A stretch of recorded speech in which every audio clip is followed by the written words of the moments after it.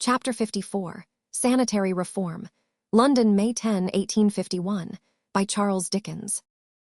The members and friends of the Metropolitan Sanitary Association dined together on the above evening at Gore House, Kensington.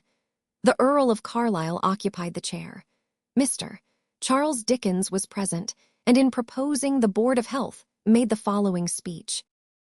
There are very few words for me to say upon the needfulness of sanitary reform, or the consequent usefulness of the Board of Health, that no man can estimate the amount of mischief grown in dirt, that no man can say the evil stops here or stops there, either in its moral or physical effects, or can deny that it begins in the cradle and is not at rest in the miserable grave, is as certain as it is that the air from Gin Lane will be carried by an easterly wind into Mayfair, or that the furious pestilence raging incite. Giles's no mortal list of lady patronesses can keep out of Almack S. 15 years ago, some of the valuable reports of Mr. Chadwick and Dr. Southwood Smith, strengthening and much enlarging my knowledge, made me earnest in this cause in my own sphere. And I can honestly declare that the use I have since that time made of my eyes and nose have only strengthened the conviction that certain sanitary reforms must precede all other social remedies, and that neither education nor religion can do anything useful until the way has been paved for their ministrations by cleanliness and decency.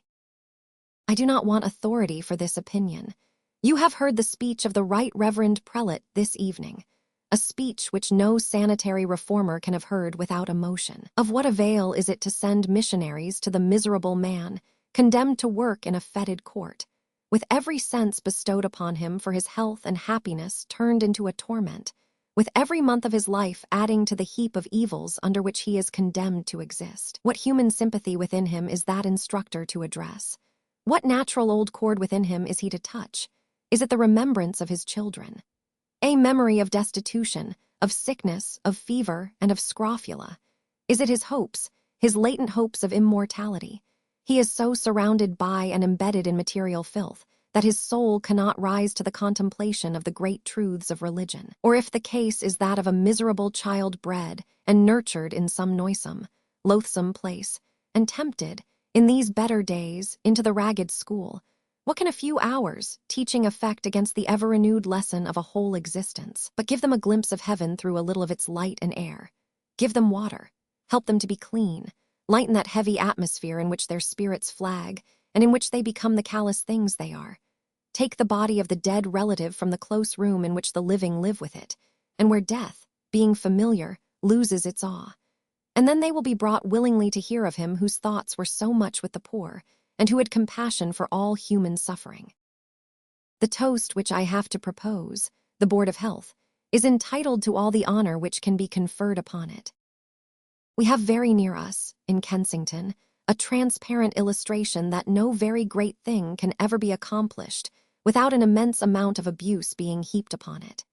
In connection with the Board of Health, we are always hearing a very large word which is always pronounced with a very great relish, the word centralization. Now I submit that in the time of the cholera we had a pretty good opportunity of judging between this so-called centralization and what I may, I think, call vestralization. I dare say the company present have read the reports of the Cholera Board of Health, and I dare say they have also read reports of certain vestries. I have the honor of belonging to a constituency which elected that amazing body, the Marylebone Vestry, and I think that if the company present will look to what was done by the Board of Health at Glasgow, and then contrast those proceedings with the wonderful cleverness with which affairs were managed at the same period by my vestry, there will be very little difficulty in judging between them. My vestry even took upon itself to deny the existence of cholera as a weak invention of the enemy, and that denial had little or no effect in staying the progress of the disease. We can now contrast what centralization is as represented by a few noisy and interested gentlemen, and what centralization is when worked out by a body combining business habits, sound medical and social knowledge, and an earnest sympathy with the sufferings of the working classes. Another objection to the Board of Health is conveyed in a word not so large as the other: delay. I would suggest, in respect to this, that it would be very unreasonable to complain that a first-rate chronometer didn't go when its master had not wound it up. The Board of Health may be excellently adapted for going and very willing and anxious to go, and yet may not be permitted to go by reason of its lawful master having fallen into a gentle slumber and forgotten to set it a-going. One of the speakers this evening has referred to Lord Castlereagh's caution not to halloo until they were out of the wood. As regards the Board of Trade, I would suggest that they ought not to halloo until they are out of the woods and forests. In that leafy region the Board of Health suffers all sorts of delays, and this should always be borne in mind. With the toast of the Board of Health, I will couple the name of a noble Lord Ashley, of whose earnestness in works of benevolence no man can doubt, and who has the courage on all occasions to face the cant which is the worst and commonest of all, the cant about the cant of philanthropy.